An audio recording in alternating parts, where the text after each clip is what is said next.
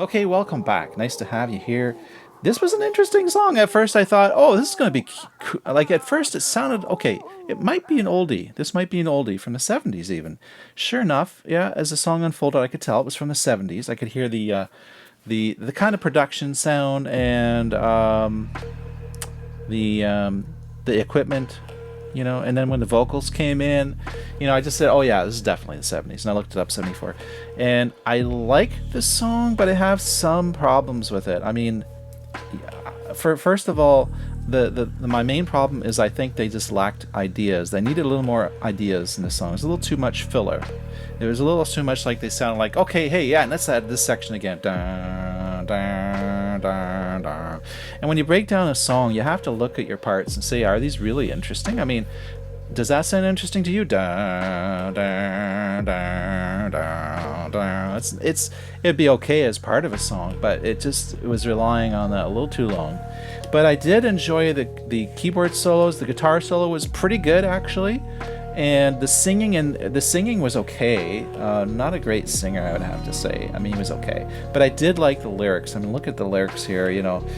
She lives in a plastic world. She talks in plastic words. I must have been wrong when I thought she was different, because her lips and her eyes seemed like a sea of delight. She whispered in my ear words of boundless feelings.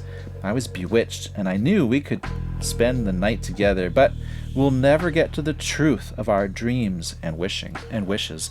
I love that. I think that's really, we'll never get to the truth of our dreams and wishes. And that's really cool.